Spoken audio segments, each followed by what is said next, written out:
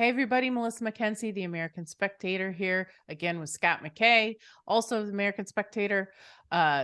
Awesome podcast last week, Scott. You did great. Thank you. We finally seem to be hitting our stride. All of you listeners can give us feedback about that. Remember to like, subscribe, and share, please, but also to give us feedback. You can email me at Mackenzie M, as in Mary, Mackenzie M, at spectator.org. Where can you be reached, Scott? Hit me up at Scott McKay at Reviver, RVIVR.com. Okay. So this week has been, the economy's doing great, right? According to Biden. And as a emblematic of the greatness, our bank failures. We all know that good things are happening in the economy when banks are failing. And this week we had two of them. This last week we had two of them. But the problem is that one of them at least was the second biggest bank failure in American history. That would be Silicon Valley Bank. And everybody who is important to the leftist world evidently either had their money in the bank or had invested in the bank. And it came out today, I think it was today, it came out that there were private buyers people who wanted to buy the bank, and the government, the FDIC, would not let them. And the government is taking over the bank, which means you and I, the taxpayers, are bailing this bank out. And they don't want this bank in the hands of some other private group because of who's invested in this bank. And they don't want the average person, I guess, to find out about this, or they want to sweep it all under the rug. So you've got that political element of it. And then you have the economic part, which is the economy is not doing that great for all of the lies to the contrary. So what say you, Scott? I mean... Well, I think maybe the turning point in the Silicon Valley Bank saga came over the weekend when somebody on Twitter suggested to Elon Musk that, hey, you know what? You should buy this thing at a big discount and use it to back your idea of creating Twitter as a, kind of PayPal 2.0, right? Mm-hmm. Which he's looking around for things that he can use to monetize Twitter, because obviously the advertising piece is not going to be as lucrative as it was, since he's not woke, and the woke ad agencies on Madison Avenue and other places are, going to do less business with Twitter. But the usership of Twitter is way up. So if you offer people something like being able to basically marry a PayPal, which he has expertise in, since that's how he made his money initially, with the massive platform that he's got with Twitter, I mean, that could be a big deal. And in fact, it could be fairly disruptive to the banking industry as a whole.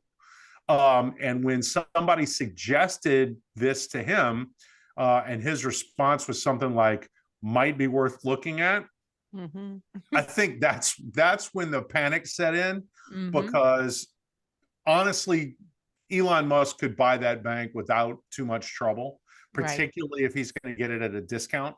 Right. And the deal there is, yeah, you're right. The investors in Silicon Valley Bank are not under law protected, right? Like, they're supposed to lose their money. The Fed's buying this means they're protecting a whole bunch of big Democrat donors. It's more than just that, because the way this bank is set up, only about 9% of the depositors in Silicon Valley Bank come in under that $250,000 limit, right? The FDIC insures deposits in banks up to $250,000. Well, 90 to 91% or 92%, whatever the number is, it's something like that, of the deposits in Silicon Valley Bank are more than $250,000.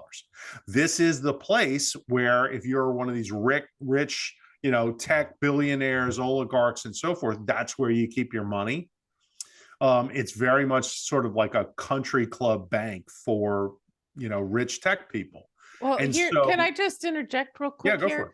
There's something I don't understand because like the local so regional banks, at least around the DC area, because we have the American Spectator money in banks, right?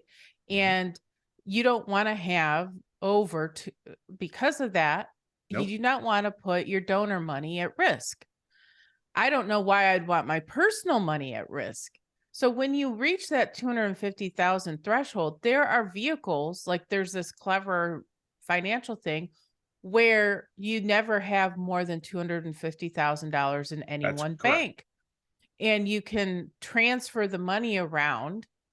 And, it's a bit of creative banking, but Wells Fargo has this, the regional bank where our money is, for our the American Spectator has this, where if you have more than that, you put your money in the special account, and by the end of day closing, you don't have more than $250,000 in any one bank account.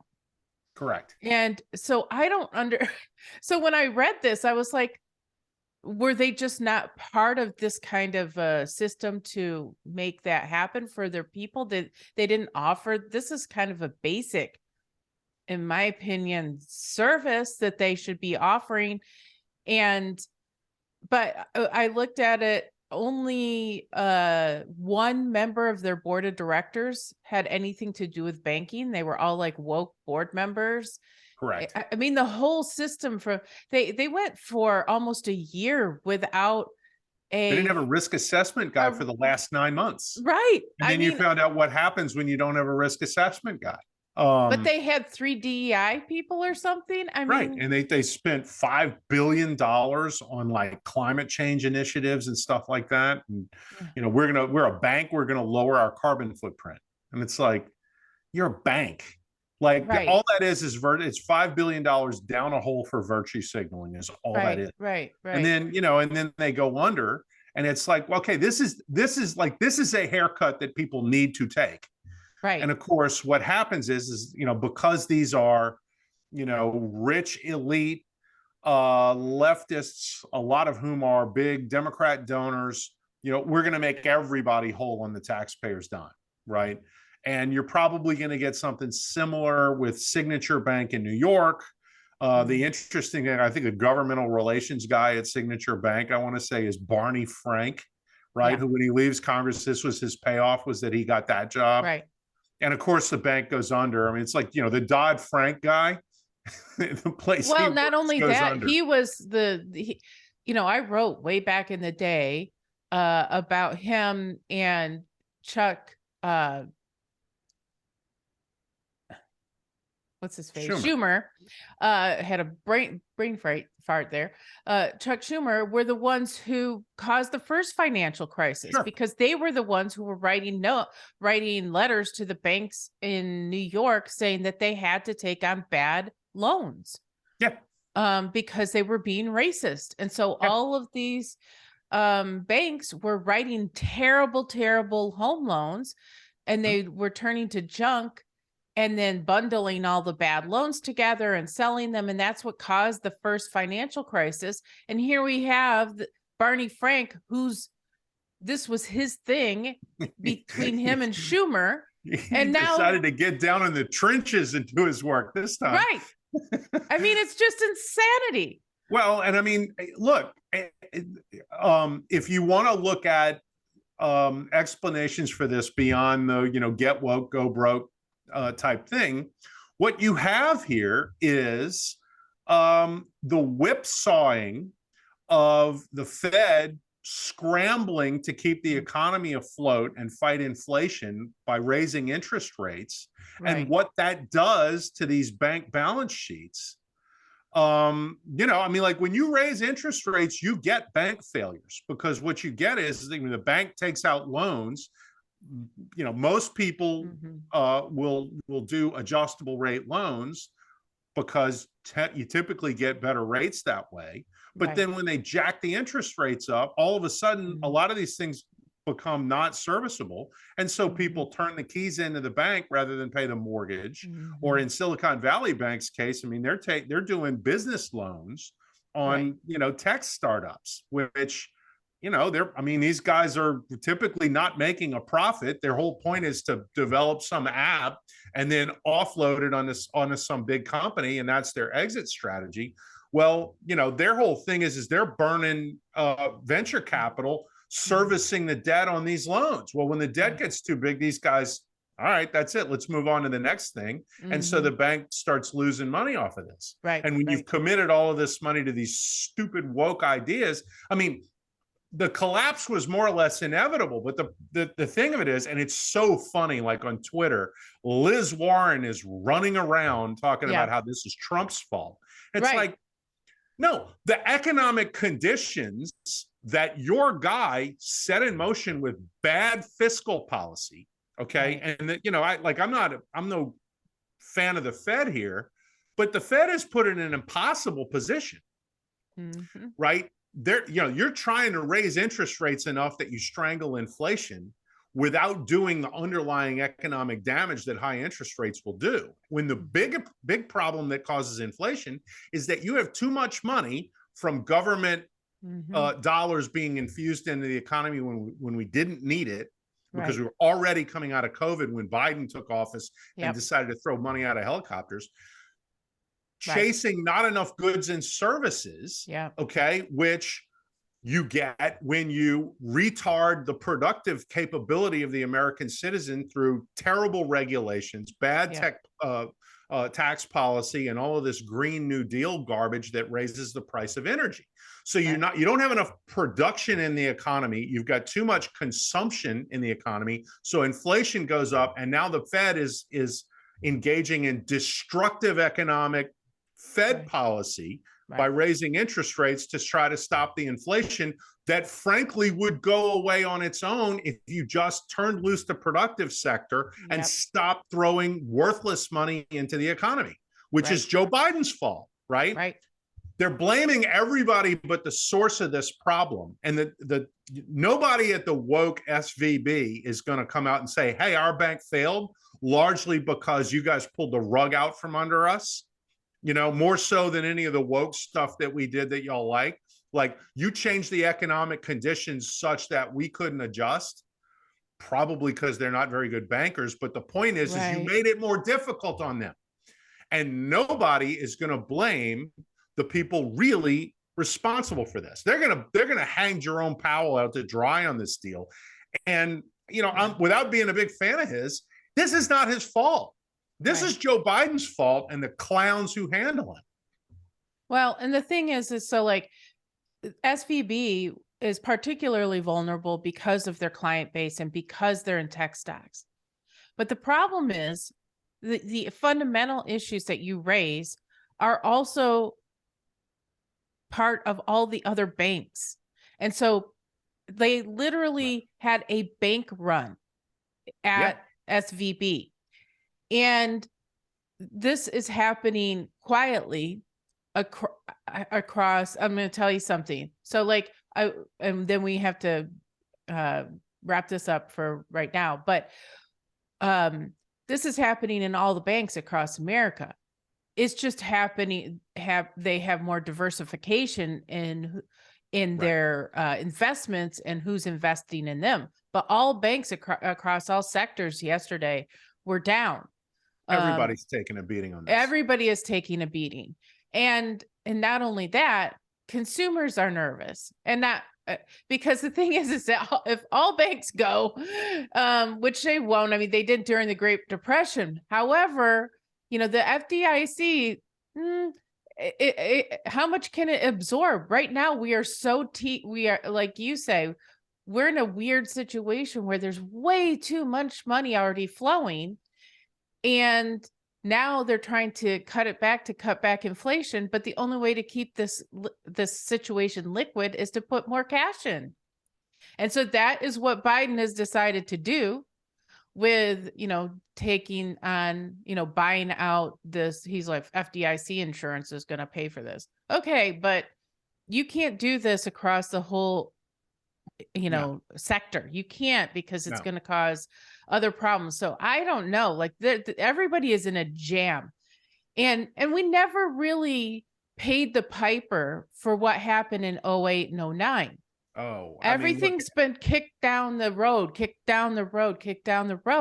Well, it's at some point in one of these podcast episodes, and it's probably going to come back around with a pretty good news hook.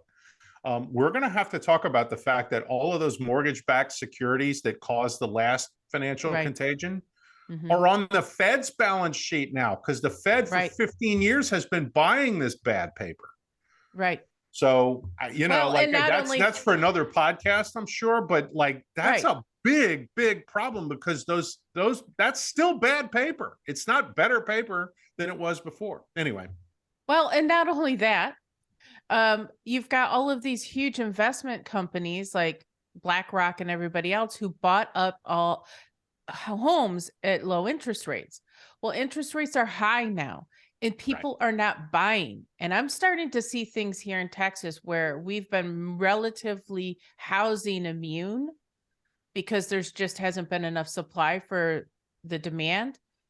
That's stopping. And what I'm also seeing is lower income homes that were on the market, bought, and then people are interest rates go up 0.5 percentage point, and then they're not eligible for getting a loan anymore. And so the first time home buyers and the kind of lower quality buyers are not being able to get, and this is starting to go up, things are sitting longer. And what happens to the banking system and to these big investment houses then? Because that's a lot of it's a whole lot of red ink, and we'll see some people go out of business as a result. And then the train keeps on rolling. So this is what you get with a badly managed economy. Yeah. And a badly managed economy is part and parcel of Democrat political leadership. And you can almost question whether or not they even care, or whether it's even something that they want, because half of these guys want to bring on the revolution anyway. So, it's a scary time, and we're still a year and change out from being able to, have any real ability to fix it. So, pucker up, everybody. Yeah, get ready for the ride, because it's going to be crazy. All right, everybody, we're back here at the Spectator podcast, The Spectacle. Joining us today, we have a special guest, which is very exciting. Father Leo, and I don't know how to say your last name. Paddling Hug. There we go. I'm glad I didn't try it. And we're talking today about your book. And it's a cookbook. It's a book about saints. It's just so exciting. We thought that during Lent, this would be the perfect time to have a discussion with you, Father, about this amazing book. It's called Dining with Saints. Can you tell us what motivated you to write this? Yeah, absolutely. So I co-authored this with a very smart man named Dr. Michael Foley. He's the author of a book called Drinking with the Saints. It's actually a series. And it was so popular that Regnery Publications wanted to do another kind of version of it. And they asked me if I would be willing to be co-author for Dining with the Saints. Now, I had written several books before, all on a theology of food, all about the family meal, all about relationships and what the food can do. And I've done a book even on calendar feast days, but I've never done anything specifically about saints. And so I saw this as a unique challenge, gave me an opportunity to kind of dig deep into historical recipes, which I'm usually not into doing. And it was just a lot of fun. So my motivation was, number one, it was a job opportunity. Two, it was a personal challenge for me. And three, I think on a spiritual level, I wanted to bring the awareness that saints are real people and that they ate like everybody else, and that they had a culture of people that ate unique foods. And I think we need to bring a little bit of holiness and a little bit of sanctity and a little bit of saint qualities back to the dinner table. Well, when I first received this book, because I asked for a copy so I could actually look at it, I was so excited. So you have to know, I am a new Catholic. You actually came to our church, our parish, not too long ago, twice. Once you cooked for us, and once you came to give talks about how to be, I think, a saint, like how to get into. So I attended one of your talks. And so I saw this book. I was like, ooh, this is exciting. And then I got it. And for me, who is relatively new, having a history of these people and put in context in this way is such a fun thing. But I also think it's fun for cooks too. Like, there's some really interesting food choices in here. And I was wondering, because some of them are strange, frankly. I was looking at the St. Patrick's Day one. That one made sense to me because we're doing, cabbage and whatever. Corned beef. Corned beef. But I was wondering, some of the other ones were stretches. So how did you choose the food for the various people? Well, as you said, some of it had to be stretched because there weren't necessarily food relationships to these saints, but some of them did have them. So, for example, one that I thought was fun was haggis for St. Margaret of Scotland. And, I don't think there are going to be many people who are going to buy a sheep stomach and stuff it with a bunch of ground innards and oats and rice. So I could put that in. I didn't want to recipe test that, to be honest with you, but I was willing to stretch it, so to speak, and turn it into a hash instead of just a big haggis.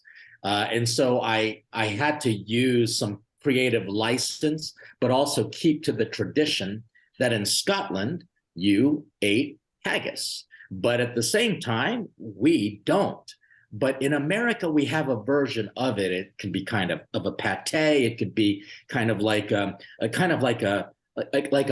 brick of different types of meat qualities that people won't use. It's called offal, and we kind of fry it up, and that's called hash. And so what I thought to do is just use the ingredients of the dish, but bring it a little bit more forward so that it's accessible.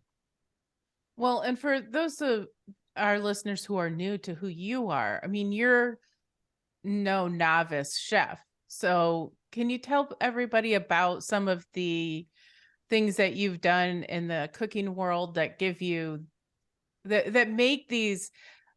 I thought that the recipes were quite sophisticated and reflect some of them, and really reflected someone who knew what their way around the kitchen. So, but that's because you do know your way around the kitchen. Yeah, I'm a priest, ordained almost 25 years. I do have a culinary background. I'm a professional chef. I studied some culinary while I was taking courses in Italy and even beyond. And I have just tried to learn as much as I possibly could from all of my travels. And some of these recipes were inspired by my travels. But I also have a food truck where I hire people coming out of the prison system and disadvantaged communities. And we are an award-winning food truck because of the quality of our food, but I also think because of the message. And a few years back, I actually was on the Food Network. I've been on the many TV shows, and I host my own TV show called Savoring Our Faith. But probably the biggest claim to fame was when I was in a competition with Bobby Flay, and I won. It was called Throwdown with Bobby Flay. I made Father Leo's Funky Fusion Steak Fajita with holy guacamole and screaming sour cream. That's awesome. That is great. I would love that meal, actually. That actually sounds really good. Sounds really good. Okay, so one of the things that you mentioned and has been part of your mission too is getting families around the table.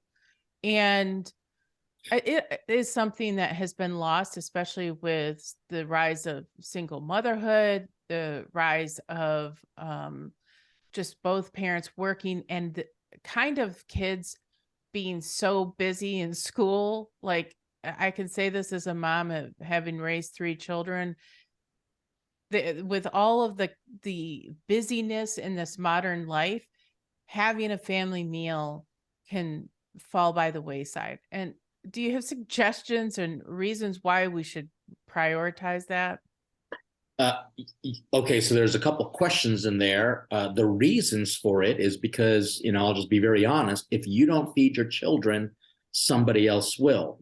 If you don't give them godliness, the devil will be very happy to feed your children evil that looks good, tastes good, but will ultimately destroy them from the inside.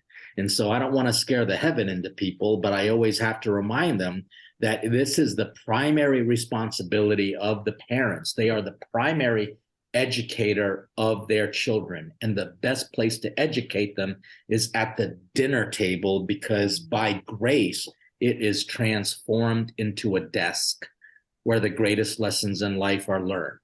Because if you don't teach them, if you don't feed them, the devil will. Now, how do you do it? That's always a tricky question, because I totally respect that people are busy. But I also believe that if this is not a priority, then other stupid things that aren't as necessary take over. We have to really understand that if we don't do this, we are doing danger to our children. We are not being present to them. I mean, honestly, where else can we show all the theological virtues of faithfulness, hope, and love, and all of the other beatitudinal qualities, like being of service to one another? Where else does that happen but at the family meal? Because this is something that everybody participates in equally. And their education at school is great, but unless you're homeschooling them, you're not teaching them. Athletics and sports, all that's great, but unless you're coaching them, you're sitting on the sidelines and you're just watching as a spectator, hint, hint, there you go. But we have to actually be completely involved, and eating together is the only activity that a family does that is intimate, that is personal, that is service-oriented, and that is actually loving. And so if we don't do it, then we're going to really do a detriment to our children. How to do this is going to be technique. It's going to be practice. It's going to be discipline. It's going to be hard work. And that's why I wrote actually another book prior to this called Saving the Family. It teaches people how to eat together during the different generations that a family will go through, respecting that family dynamics are all different. You have the double parent family, or you have single parent issues and single parent raising issues. All of that I take into account, but the regularity of the meal cannot be seen as important. It is necessary. Well, I feel a little fire under me for a minute there. I mean, it's been it's just such a challenge, and so is being healthy. Yes. I mean, if we just constantly throw, it's a challenge, then we're falling into that self-victimization that this world of the modern era loves to do. So, so what? It's a challenge. Yeah. Do it, because some things are worth the challenge. If there was someone attacking your house, would you just say it's a challenge to protect it? No, you better fight against it. And I feel so emboldened now more than ever that, again, the reason why we have a bunch of young kids who don't know anything about anything, especially their faith and their own identity, is because I don't think that they've experienced that affirmation of who they are as beloved, broken for sure, conflicted for sure, but loved for sure. That, where are they going to get it from? Where else, if we were honestly think through it, where else will they get it from but at the family meal? Because the meal communicates so much. Even if you don't talk about these problems, the fact that you're eating together says so much. That's why the prodigal kid came home, because he knew that the father would have a place for him at the table. Father Leo, if I had to ask you, what's your favorite recipe that's in the book? So my favorite recipe in the book is one that kind of was something that I didn't know about a certain saint. It was Saint Francis of Assisi. I knew him as a very steadfast man who did a lot of personal self-mortification. But Mike Foley, the co-author, did this amazing research, and he discovered that he loved almond cookies. I mean, like, really? St. Francis of Assisi enjoyed almond cookies. It's pretty decadent. So to just kind of up the notch of decadence, I dropped a little Nutella into that almond cookie as it bakes. Oh, okay. It was like melty and gooey and delicious and chocolatey. And so I just found that to be one that was kind of near and dear to my heart, because it just, it was so simple. It's an almond cookie, but you drop Nutella in it, it's worth celebrating on such a great feast day. Well, I'm really enjoying, you have a section, our readers should know this. There's a section in here on Lent, actually. And so like you really help people with the various holidays and how to prepare. And can you explain to everyone what you're hoping people will get through Lent with your recipes? Well, I think Lent and Holy Week, for example, is really a time of penitence, mortification, but that doesn't mean that you can't celebrate your faith with food. And so there's a few different recipes that I put in there that were Lent approved. They're not necessarily penitential, but because they're delicious, but they are, meatless. And so, for example, one is fish day soup. I mean, that just sounds so strange, but in it, we try to use not only just fish broth, but in some sense, very simple ingredients that people might not put together. And so that's one of the things I wanted to do, was try to get people to stretch their ideas. By the way, these are also historical recipes as well, coming from different parts of the world where they would celebrate the seasons, including Lent. And we say it's strange to celebrate it, but you should celebrate Lent to get as much out of it as possible. This will make you think about what other countries have eaten, and it also tastes good. Yeah, I that's actually one of the recipes I saw. I was like, fish day soup, what? But it does look good. I haven't tried it yet, though. Yeah, Okay. I think you'll enjoy it. It can't get any simpler, too. It just throw it all in there and cook. So, how much training do you think people will need to enjoy the recipes in your book? Can a novice do this? Absolutely. I mean, there are going to be some recipes. I mean, there was a chef, for example, that sent me an email, and he was questioning something. He made one of the recipes and it didn't come out the way it should. And honestly, it could be a little error in the recipe. As I'm writing. There's over 200 recipes, so it's a lot of recipes. And so could there be human error in all of this? Yeah, for sure. But I wouldn't be intimidated. You do not have to be a trained chef in any way. Like, I'm trained to a degree. I'm in no way a master chef. And so some of these recipes were challenging even for me.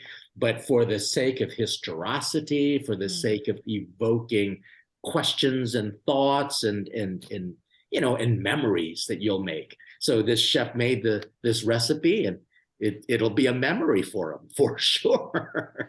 but it was definitely worth a try, and ultimately I think it tasted good. Well, okay, so everybody who's watching, please go get Dining with Saints. Father Leo, you are making a huge difference. It was such an exciting thing to hear your talk in person. I encourage people, if they have the opportunity, to listen, come to your talks, because they're really, really helpful. And also buy this book. Mother's Day is coming up. I think this is the perfect gift for moms. And it's also just really helpful for people who are like me, who are new and trying to learn the saints. And it's a fun way to do that. So thank you so much. Please tell everyone where they can find this book, where they can buy it. And I think that they can go just about anywhere, from Amazon to even my own website, platinggrace.com, where they can learn about all the other things that I have written, as well as, hearing some of the talks and such. But I think that they're available where all books can be sold. And I'm really excited about it as well. And can't thank you enough for having me on your show. Thanks for being here. Pleasure. And we're back, Scott. Well, it's not often that we have to follow a holy man on our podcast. In fact, that's the first time this has happened. And so it's a little hard to follow. Well, it's nice to get our act cleaned up a little bit, I think. I think so. I mean, we've been trying to bring the positive, and I will say that we are bringing the positive today. That was about as positive as we've had on the podcast. So that's good then. It is. So the whole world might, have a banking collapse. We might be at war with Russia. I don't know if you heard that we had a drone crash into a Russian fighter jet or something today. Yeah. So the World War III might be happening, but we'll have our family meals from hopefully the garden that we've planted, because there's, who knows about the food. Yep. Hopefully there's some good turnip recipes and the things that you can grow in your Biden garden in the Dining with the Saints cookbook. So Biden garden. Yeah, exactly. I don't know, but this seems like an escalation to me, what happened with Russia today. Yeah, we'll see.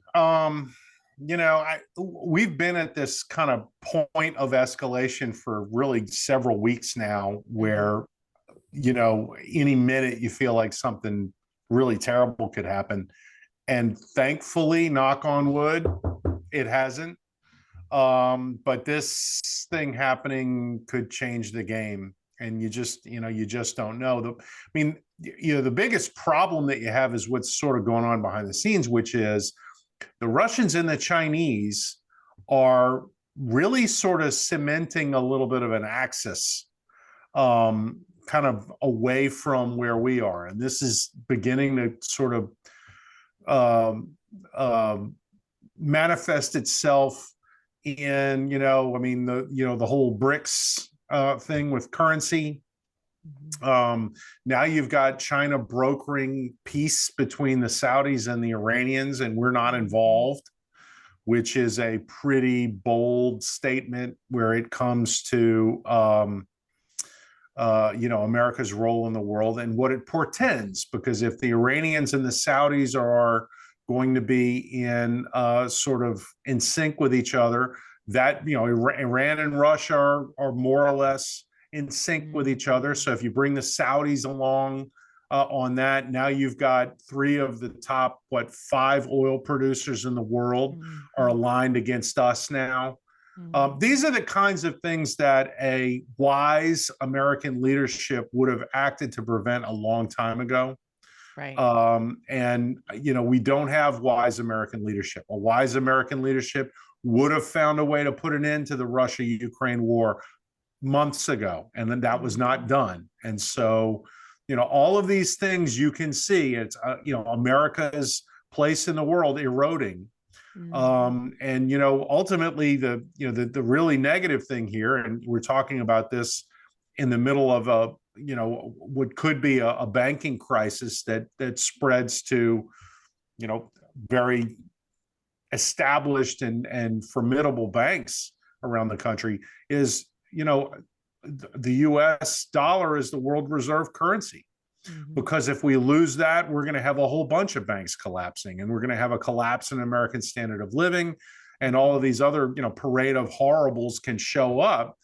And nobody on either side of the political divide has done very much thinking and acting on, how do we shore up the dollar and make sure that the rest of the world is committed to having it as the reserve currency. And when you debase the currency by spending $6 trillion worth of fiat money to do things that are not necessary as far as the economy is concerned, that's how you shake loose the dollar as the world's reserve currency. And these are all things that I could have told you at the very beginning.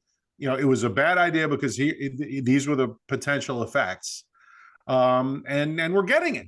And so, I don't really know. This is the thing. This is nothing is a mystery. I mean, I'm right. no all economics. of it's foreseeable. Yes, Yeah. all of it was foreseeable, all of it, which then leads to people saying, well, this is a planned demise.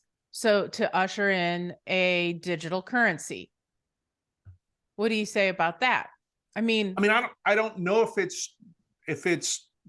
if all of that is true, but I'd equate it to COVID. Okay. Was COVID a bioweapon that was intentionally released by the Chinese? Yeah, probably not. Does China have a biowarfare playbook that they cracked open as soon as that virus got out? Absolutely. Did China act as though COVID was a bioweapon once it got out? Absolutely, right? Like they kept the airport in Wuhan open for international flights so that the virus would get out internationally and do the same amount of economic damage everywhere else in the world that it was going to do in China, right? Because they figured, why should we be the only ones suffering? And what we've now found out is that that's not a completely immoral position, seeing as though it was US dollars that actually bankrolled the creation of the freaking virus, right? So when you look at these things and you say, okay, well, how much of a, planned demise to get us there is this? I'm not sure it's the right question. I mean, certainly it's a valid question, but the real, nub of this is now that this stuff is happening, and you have the crisis that Rahm Emanuel would say shouldn't go to waste. What are they going to do? And so, what worries me isn't so much the cause as the effect. It just tells you how absolutely scary it is to have the quality of leadership that we have and the kind of people involved in making decisions that we have, right? And the decisions that are being made that we have. Because Joe Biden can give all the stupid press conferences that he wants and go, kind of waddle with the poopy drawers back behind that door rather than take any questions from anybody. But we know that he's not running the country, and the people who are the problem, right? Because these are not people who have the best interests of the American public at heart, and they tell you this over and over and over again. And you can just simply see by their reaction to, things which are not in their plans, like how much they really respect and love the American people.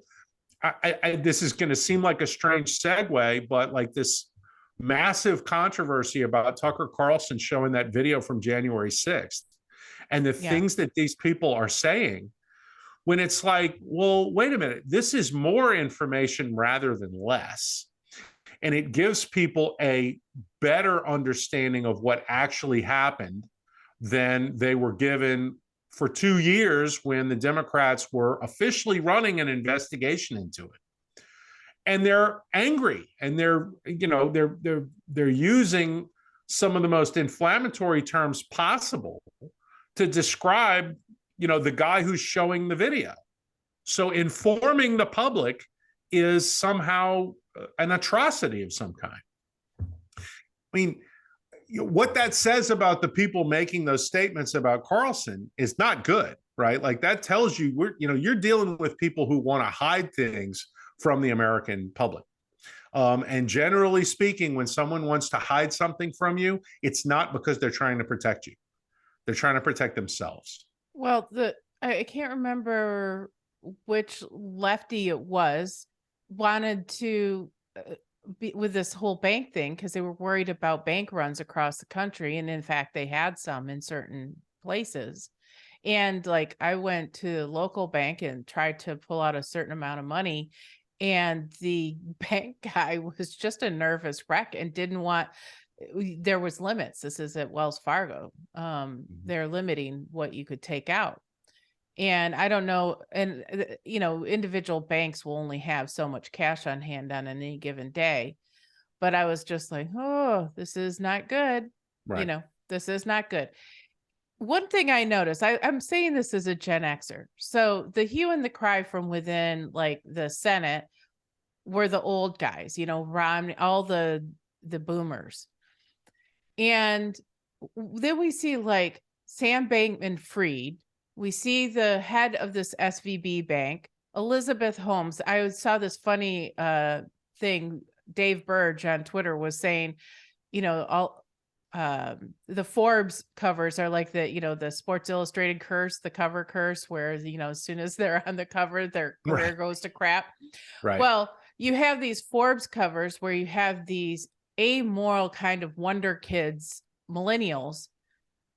And I do wonder if there's some sort of generational disconnect, or if they're all being taught something in school. I think they all view themselves, they're all kind of kids of privilege and citizens of the world types. And I don't think like America at all, and have a completely different amoral, godless calculus, and not interested in really basic things like shareholder accountability, official, fiduciary responsibility, really basic kind of ethical things that are completely ignored.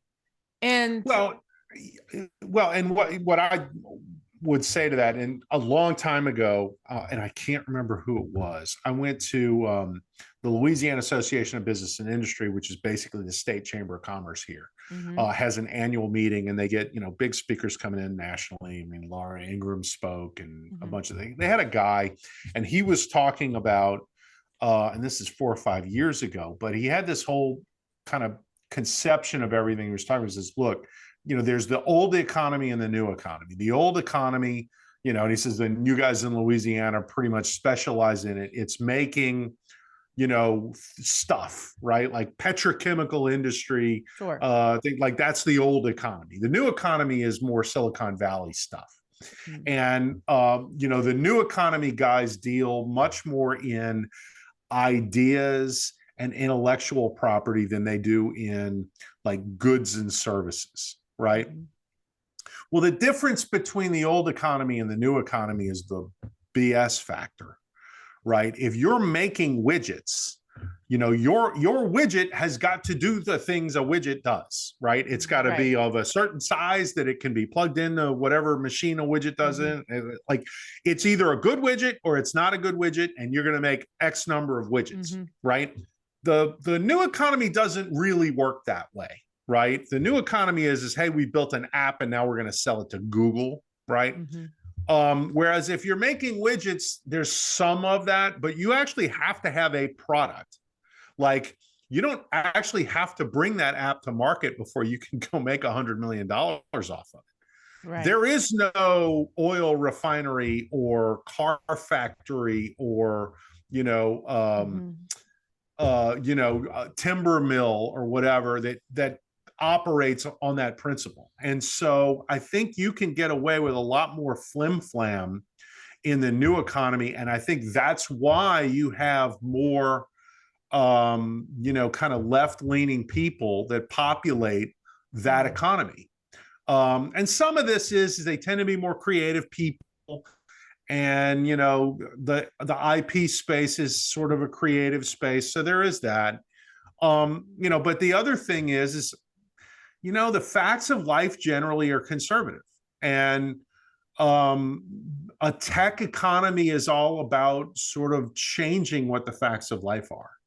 But what you get with some of these people that, sort of these wonderkind entrepreneurs that want to change the world and all this kind of stuff is you're really operating on the principle of, you're spending other people's money on things Mhm. and you're not creating as much concrete stuff that leads to the kind of natural accountability that you would get if you're making gasoline.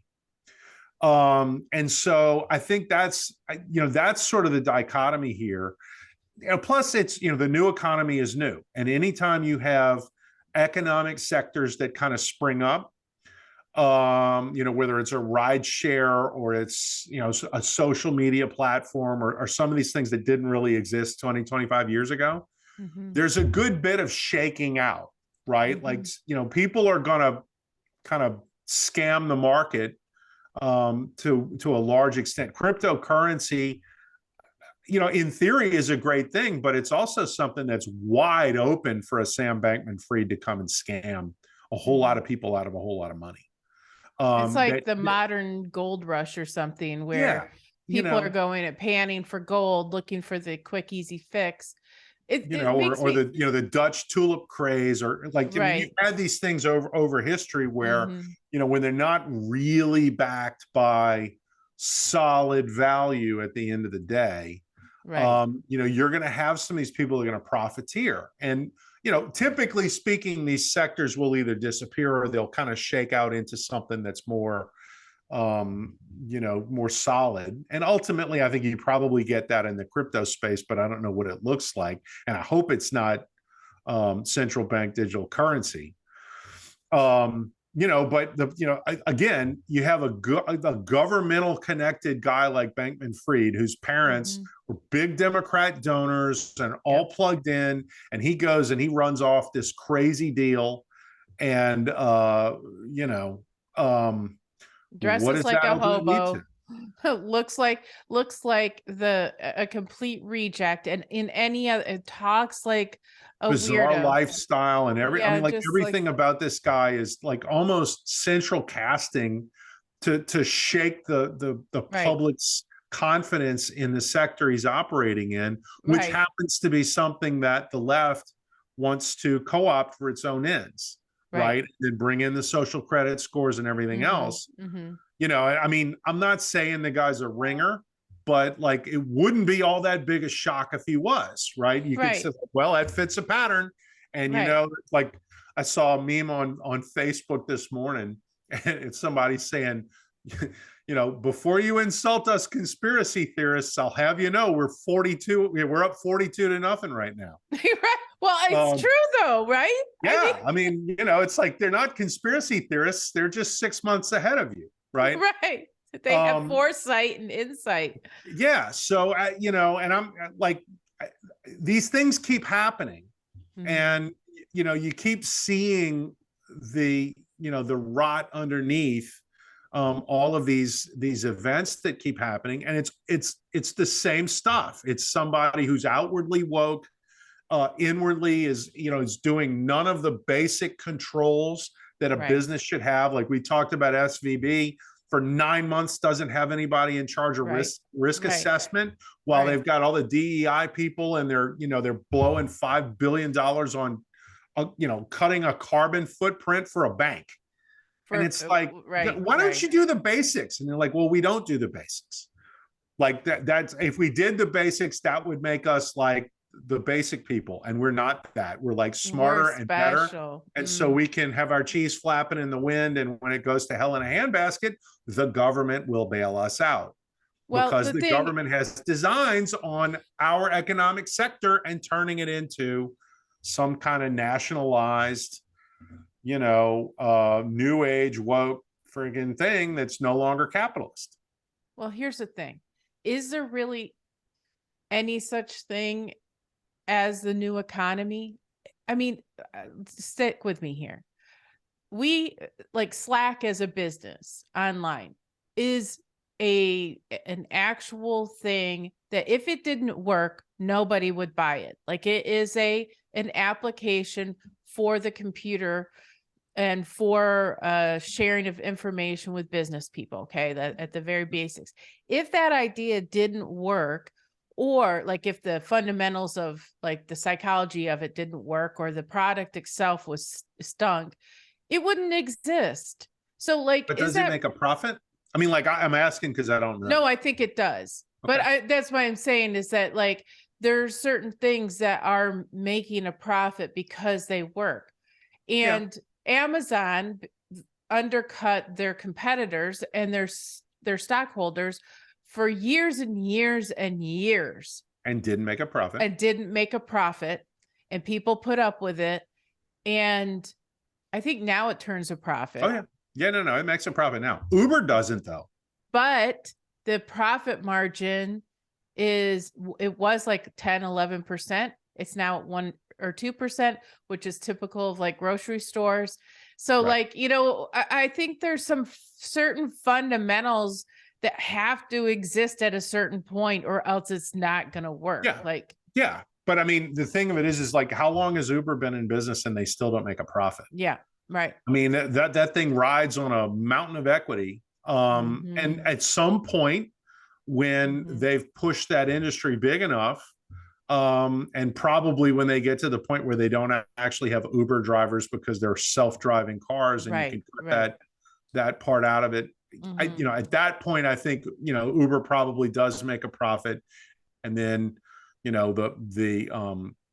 the World Economic Forum type people will tell you, well, it's the Ubers of the world. That's who's going to own all the cars. Like we're going to make sure the cars are $100,000 and all the cars are going to be self-driving cars that you grab one from Uber and you don't drive it. And so if your social credit score is low, you may be waiting a long time for a freaking car. Or if you're morbidly obese, then you're going to have to walk, or God knows what. And, maybe I'll get in shape then. You may have to, if you want to go anywhere. If not, there's DoorDash and you stay in your house as a shut-in because they don't want to see you anyway. Right. Like, I mean, that's like the whole, like, kind of horrid dystopian existence that some of these masterminds have planned for us. And it's like, and we decided we don't want to see you.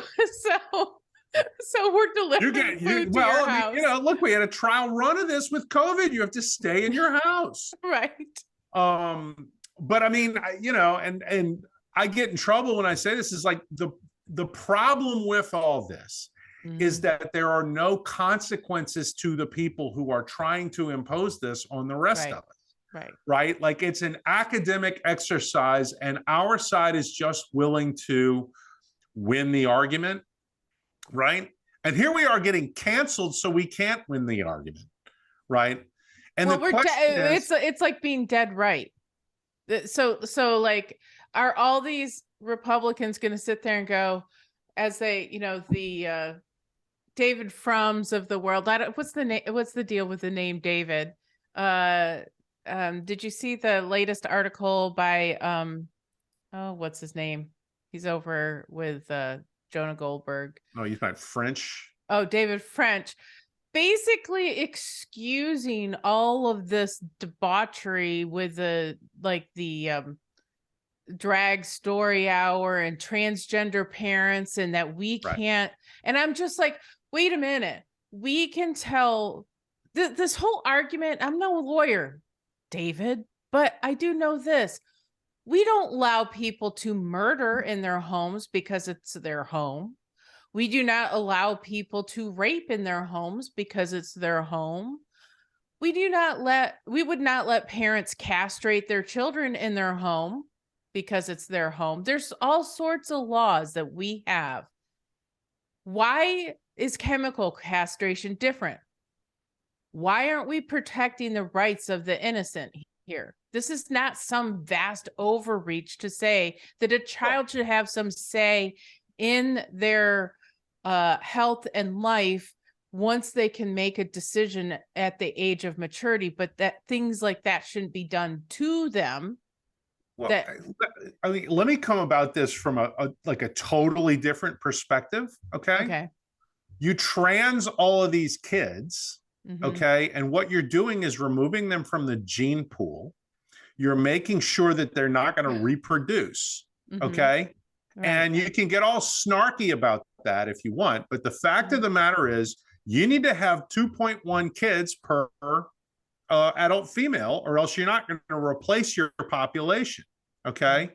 And the more females you make sterile through taking them trans, that 2.1 number goes up because you're moving a certain percentage of the population to the side, whether they decide to be gay, whether they decide to be childless, whether they do the trans thing or whatever it might be. And you are now like, everybody else, instead of 2.1 kids, has got to have 2.6, right? And I mean, otherwise, and at some point you make it so it's not even possible, and your population starts to decline and your nation starts to decline. Back in the old days when we actually did law in law school, you would look at something like that and you would say, well, that's a compelling state interest. Okay. And in legal, analysis, a compelling state interest means the state can do a whole lot of stuff and it'll still be found constitutional. So if somebody decides, okay, look, we're going to fight all of this trans ideology and all, like, we're going to promote cisgenderism, to use, one of these stupid woke terms. A made up word. Right. Which is, it's not a word. We're going to do this because we have a compelling state interest in maintaining the population as it is. And we can just do the math and show if 10% of these kids become, alphabet people, okay, then that means instead of 2.1, you got to have 2.3 kids per everybody else, right? So look, and remember, 2.3 kids was the average American family not long ago. Right. You're getting to the point where it's the replacement rate. Like, that's not even keeping a healthy growing population. It's like the bare minimum that you need just to not, fall into a situation like Japan where everybody's old and can't work and there's nobody to take care of them anymore. Right. And so, this is the whole thing is, you're acting like, well, you can't tell people what to do. And it's like, we actually do tell people what to do. The left loves to tell people what to do. The things that they are telling us to do are not good things. Right. For thousands of years, be fruitful and multiply, whether in a Christian context or really in the context of every other major religion, has always been part of the basic directive of a society. And all of a sudden that's oppressive? No. Right. That's ridiculous. I mean, the whole thing is so bizarre a world, it's not even funny.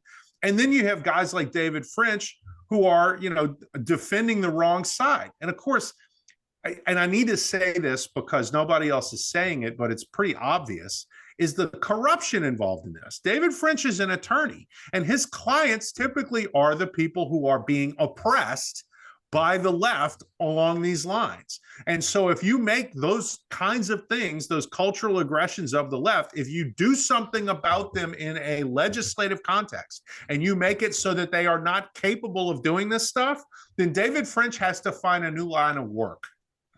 Because he doesn't get any clients when they can't do to his clients what they're currently doing. And he never discloses that, and he never says anything about it. And it's dishonest, and it's immoral and unethical. And nobody ever really calls him on that, which drives me up the wall. Yeah. Well, I mean, and the thing is that is a problem on the right, this co-option in one form or another, which reminds me, because it doesn't just happen on the right, it's happening on the left as well in a different way. So I don't know if you saw, but Jonathan Haidt had this long Substack article about the mental illness problem amongst young liberals. Yeah, you wrote about that. I did write about that. And he was basically saying they pointed to technology, specifically to the bifurcation of Tumblr versus 4chan / Reddit. Okay, that may be true. That no question exacerbated some underlying problems, but it doesn't explain why. There's a biological reason why young women going through puberty have depression. Their hormones are changing. Some astronomical number, like 75 to 90% of women going through that phase of their life, the hormones themselves cause depression-like symptoms. This too shall pass. Every parent knows this or should know this. This is a normal phase. You have to keep an eye on your daughters at this phase because they're fragile emotionally, and they get through it as their hormones regulate. And usually you'll see these kids in middle school or the first year or something of high school. And by the end, they're completely different girls. They're women. And once they have the hormones of a woman, they're fine. But as they go through that period of time, it's tough. So that's just a biological fact. You layer onto it some social problems, and then you have real issues because you don't mature through that biologically. The depression lingers on, and that's what we're seeing societally. But everything they're talking about doesn't explain young men. Men historically are the happiest through those years. They're high on testosterone, they have no cares in the world, and they are having a grand old time. Not so in this modern world, and especially not so amongst liberal young men. They have no biological reason for these issues, and Haidt doesn't address it. It's a confounding factor of his argument. It completely undermines his argument. And so you have on the left this kind of massive depression because of their belief system. Yeah. And to your point, it's reinforced. So there is David French is out of a job if his persecuted clients ever are not persecuted. All these leftist commentators are out of a job if they say, you know what, race relations are better.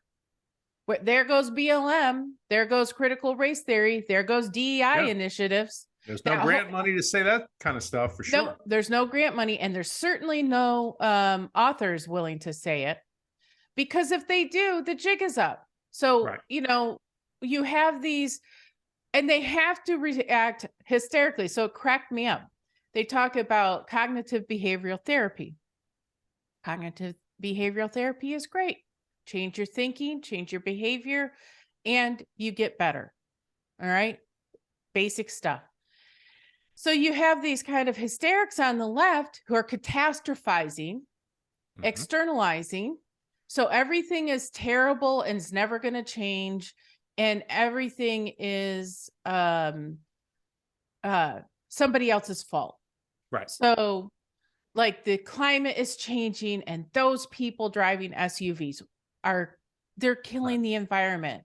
Those greedy oil companies. All right. Well, there's nothing an individual can do about that. It makes them feel helpless and hopeless, the two foundations of depression.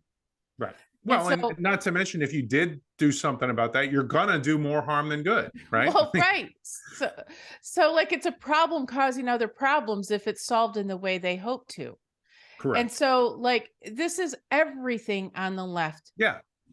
Well, and what's missing from all of it is individual agency, right? You're in control of your life. Now, things are going to get thrown at you, but the quality of your life depends on how you deal with those things. Right.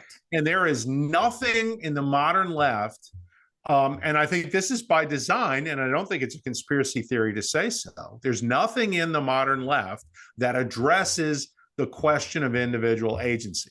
And it's not so much that they don't believe in it, because when it comes to their agency, like Don Lemon certainly believes in Don Lemon's ability to affect whether his life is good or bad. All right. But when it comes to talking to other people, they're not about, they use the word empowerment all the time. They're not about empowerment. Okay. No. And what they're about is putting people in a position to accept being taken care of by somebody who really doesn't care about them. And what that's about is lowering standards, and it's about allowing or forcing people to accept less in life. You know, it's also about control, right? I mean, well, yeah, I mean, yeah, we're talking about means toward that end for sure. if you have individual agency, if I believe that I can make a difference in my life, then I am not going and seeking out someone else to help me make my life better. And then I mean, unless it's to acquire a skill or something like that, but that's a transaction. That's not not looking for charity. I'm saying that I'm literally empowered. I'm taking my power back, which deprives the state and all her actors of her power. If I sit there and go, you know what? I'm going to feed the homeless person in front of me. I'm going to make the world a better place in the small way that I can, which has been shown, by the way. 1 hour a week of charity work confers unbelievable mental health benefits. So does singing. So does praying. So does being with people in your community. All these things, by the way, are helped with church and family. You have a family dinner, to Father Leo's point. Mm-hmm. You go to church once a week and hear a positive message about how you can be a better person. And, you know, someone kicks you in the butt and says, stop being a selfish jerk, start serving. You go, you sing, you praise someone bigger than yourself.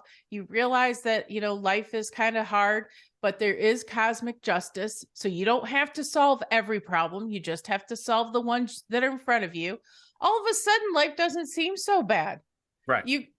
But no one on the left. And so like what I wrote about is that the whole reinforcement mechanism, like these kids, I don't know if you saw about in Stanford, where they, the DEI, and this is in law school. I know. Stanford law. I mean, this is like, you can't literally get any more, best and brightest than these kids. And it's like, I wouldn't hire any of these guys to sweep a floor. Like what happened? How did this even, become a thing? And it's like, well, maybe we should explain check out all the bad law schools.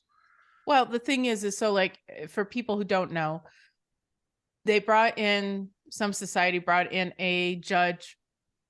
He's kind of conservative. The DEI professor at the college, whoever that is, or administrator, came and disrupted his speech. The Stanford law students disrupted a sitting judge, someone they may come before at some point. That's somebody they'd probably apply to clerk for. Exactly. And had a fit and didn't allow him to speak. They sent a letter apologizing, and then they told the students who were upset by it to go and talk to the DEI person. So like upset by the disruption. This is anti-freedom. It's anti-civil discourse, and the world can't function this way. And to the point of what I was writing about, these rotten, entitled brats think they're somehow victims because they had to hear from a judge, which is what they're hoping to be one day, some of them, that they disagreed with. It's Western civilization was built on freedom of thought at the very least. And these little Stalinists are destroying it. And reason more than anything else. Right. And reason. Which there's no reason in screaming at somebody and trying to shout them down before they can make a point that you may or may not disagree with. I mean, that's what that is. That's the Chinese Cultural Revolution. Yeah. It's not, it's not Western civilization. And, to see something like that happen at Stanford, and, how much Chinese influence is being brought to bear there. And all of a sudden you start to see these things that look like China. And it's like, okay, you're a conspiracy theorist if you start to look at this stuff and see patterns, but the patterns are there. I mean, they're there. I don't think maybe it's coincidental. Maybe it's just a stylistic thing that shows up. Maybe it has to do with the psychology of the people involved. And it's the same psychology that kicked in China in the 60s when they did the cultural. Maybe that's the thing. And maybe there isn't actual influence being brought to bear. But it sure does look weird because There was the political correctness craze when I was in college, late 80s, early 90s, and it was nothing like this. Nothing like this. And we all thought that was the most like insane thing we'd ever seen. Right. And, remembering that and seeing, Evergreen State and some of the other things that have happened. Evergreen State was only a couple years ago, and now it's everywhere, society wide. Right. And the only thing is, you bought to borrow a line from the old Aliens movie. The only thing you can do is blast off and nuke the site from orbit, right? Mm-hmm. Because some of these institutions can't be saved if this is the way they're going to operate. Yeah. And I mean, you have to kill the institution before the cancer that's pouring out of it spreads to something else. And I'm not saying I want to kill Stanford Law School, but I certainly, the place needs to be fumigated so that you can't have things like this at an institution like that. But I mean, it's happening at Yale, not just Stanford. So, I mean, you was like, okay, what is an elite law school anymore? Because, if this is how law students and faculty at elite law schools are going to behave, then frankly, we don't have any elite law schools. Yeah, I don't know that we do. It's alarming. So another piece that I wrote a couple days, I'm being very self-referential. I got to tell you, all you people, that I had a writer's block, so I haven't written for a while. And then you know how this happens, Scott. And then I wrote, and then I was like, I didn't want to stop writing, and so one piece got done, and then another 2,500 words later, I'm like, I'm into another piece. But anyway, that damn done broke. Yeah, exactly. So, it's finally broken, but I was talking about how, dealing with this. So what's the solution to this sort of thing? And I think Father Leo has touched on at least part of it.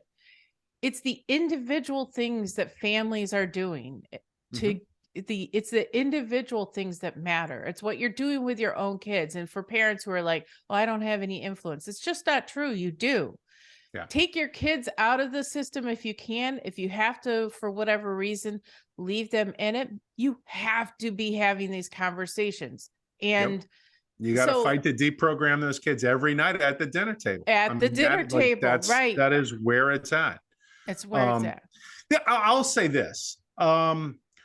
We talk, you and I, when we're doing this podcast and when we write about stuff and so forth, we talk all the time about the things that are happening on the screens, right? I mean, it's, we talk, we talk about TV shows and movies, and we talk about stuff that's on the internet and all this kind of deal. And I'm not denying that that's a massive part of life in 2023. Okay. But when you get out in the world and you just talk to people, most folks are not different now than they were 25 years ago. I mean, like, the world has not just completely flipped on its head. What you see is, you'll see news stories about weirdo cultural aggressions, whether it's on the left or, some of these strange things that are happening. Look, they're newsworthy because they're the exception.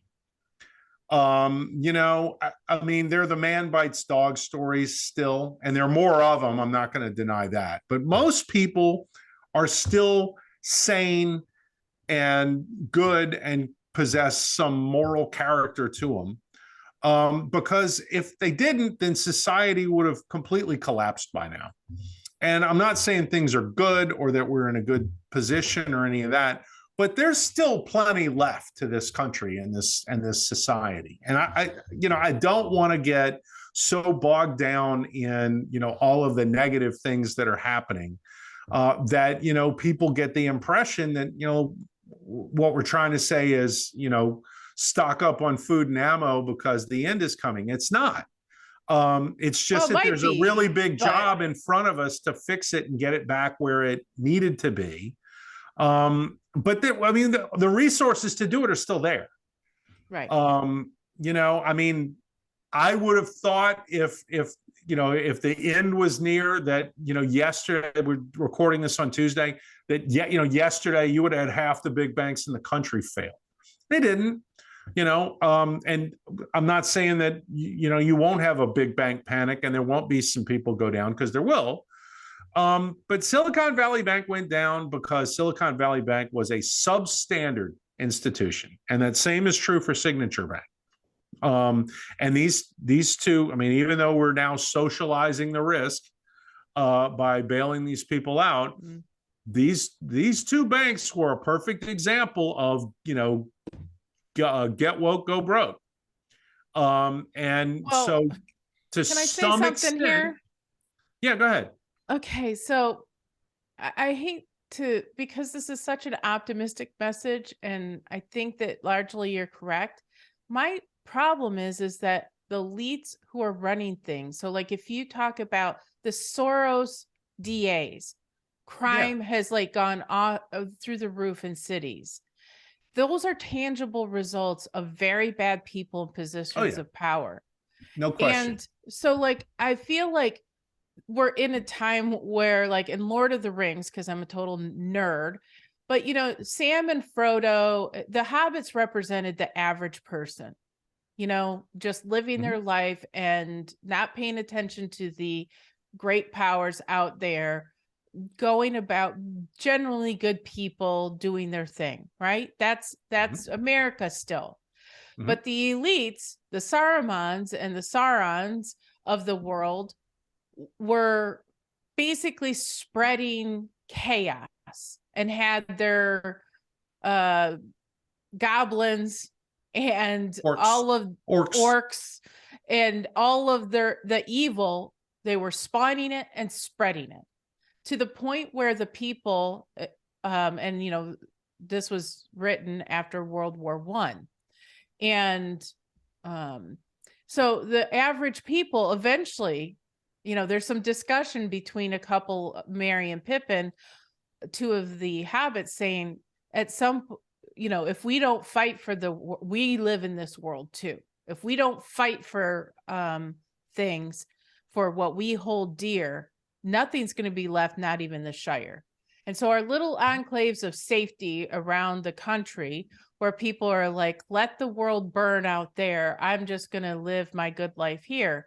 Increasingly, it's going to be a challenge. And yes, we shore things up individually, which I highly recommend, because trying to solve the world's problems is a quick trip to mental illness, which is why we're seeing it all over the left, because they're trying to solve unsolvable things. Yeah, I mean, they're messianic people who you're messianic, but you're not the Messiah.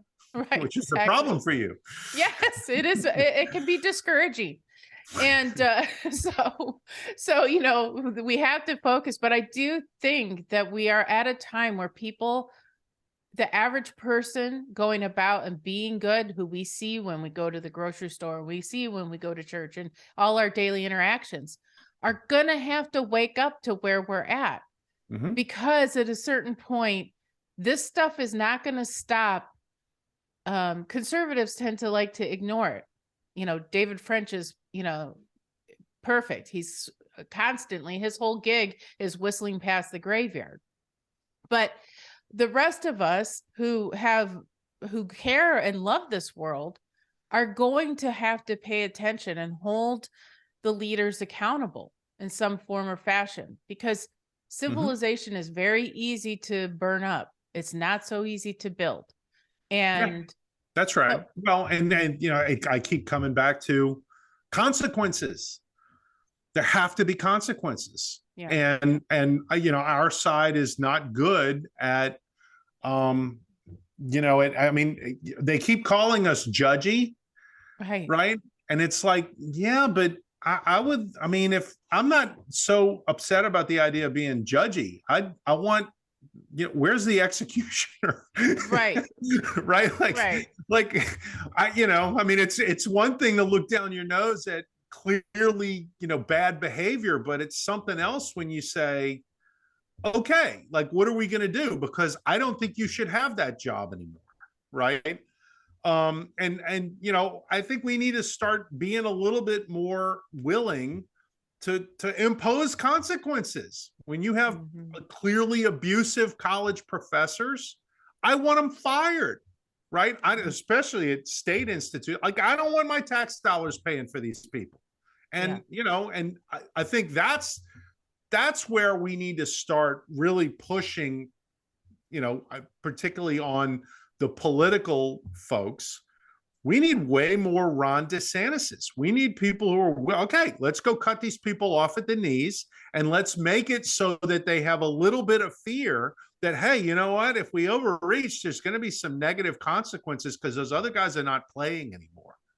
Right. And that is, I think, really is one of the biggest things that needs to change on the right is we need to become a little bit nastier.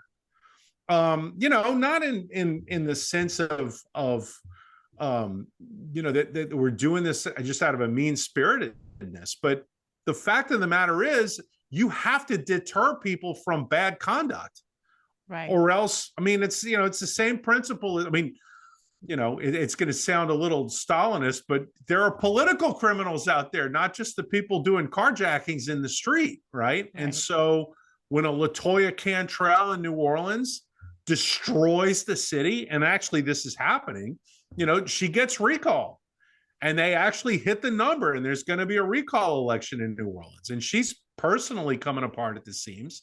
And it's like, well, it's terrible for her, but look what she's done to that city. It's justice, right? Lori Lightfoot gets 17% of the vote, 83%, 5 out of 6 Chicagoans turn her out because she's such a lousy mayor. And of course, she doesn't learn her lesson. They ask her, well, what happened to you? She's, oh, I'm a black woman. And it's like, that's not what your problem was. Yeah, I don't think so. You're never going to teach Lori Lightfoot, right? No. Okay. But what, you turn her out of power. Okay. I mean, and these are things that actual Democrats have done in New Orleans. There are no Republicans in New Orleans or Chicago. Right. But the fact of the matter is, those 2 episodes show that you can impose some accountability on bad behavior.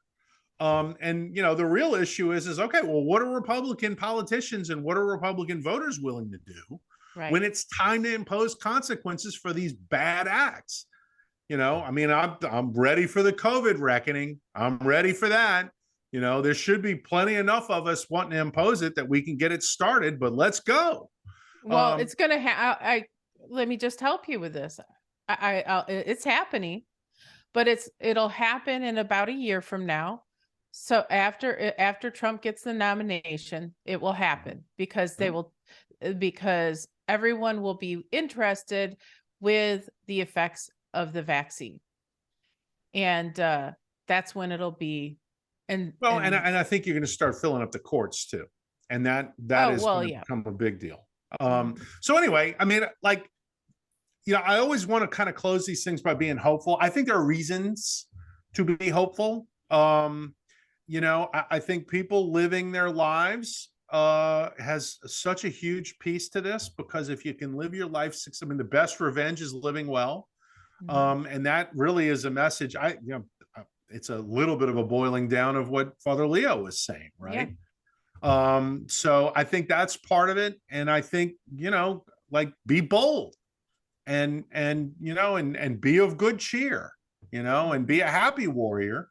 And it doesn't mean that you're going to ignore what's going on. You shouldn't, but, and the other thing is let's have a healthy disrespect for the other side rather than, just pretend like, they've got everything is rigged and they've won. It's like, do you really think that you can't beat AOC?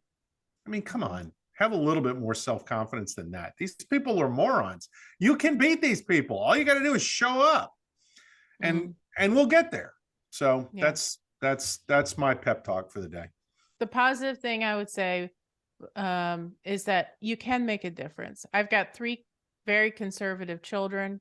They all went through public schools. And so it is not inevitable that they will turn out, little Marxists. You have to work, and there's certain things, and we can maybe talk about this in another podcast on how to help. It's something that I'm writing about right now, how to help, parents during deal with this kind of thing. But it's possible. So, for those who feel like giving up, don't give up. keep fighting, and keep fighting on the individual front. And if for example, this is why the American Spectator, I think, is so important. I'm going to put a little plug in for us here, Scott, is that there's a lot of encouragement. There's a lot of information and knowledge is power. Be educated so that when you are asked about these things as a parent, as a grandparent, you can answer and give an intelligent answer, and rebut what children are being taught, and have these conversations. And the American Spectator will help you do that. Give the subscription to friends and family. Help arm other people. You don't have to do this alone. You're not alone. There's lots of people out in the slog doing every single day doing this. But you There's have more to. of us than there are of them. That's exactly right. A girlfriend of mine, she and her husband, we've known each other, and our kids have known each other for years. And she doesn't like conflict. And so she didn't like having these political discussions at home. And I'm like, have these discussions. You can't afford, somebody's talking to your kid. Father Leo is absolutely right. If you're not feeding your children emotionally, physically, mentally, somebody is. Yeah. And so feed them and have the tough conversations. Anyway, for us at the Spectacle Podcast, thank you for listening. Please subscribe. Please share all of it. Thank you, Scott. I feel like we're hitting our stride with these podcasts. A little bit. And getting better. Please give us feedback. We appreciate it. Let us know what guests you'd like us to have on. Yeah. Because now that we've begun adding a guest segment, we're going to do much more of it. Yeah. So, give us, in the comment box, let us know if you've got somebody that you'd love us to talk to, and we'll go talk to them. That sounds good. Yeah. We'll be watching for your feedback. And like I said at the beginning, you can email us too. Best way. All right. Thanks, everybody. Have a great week.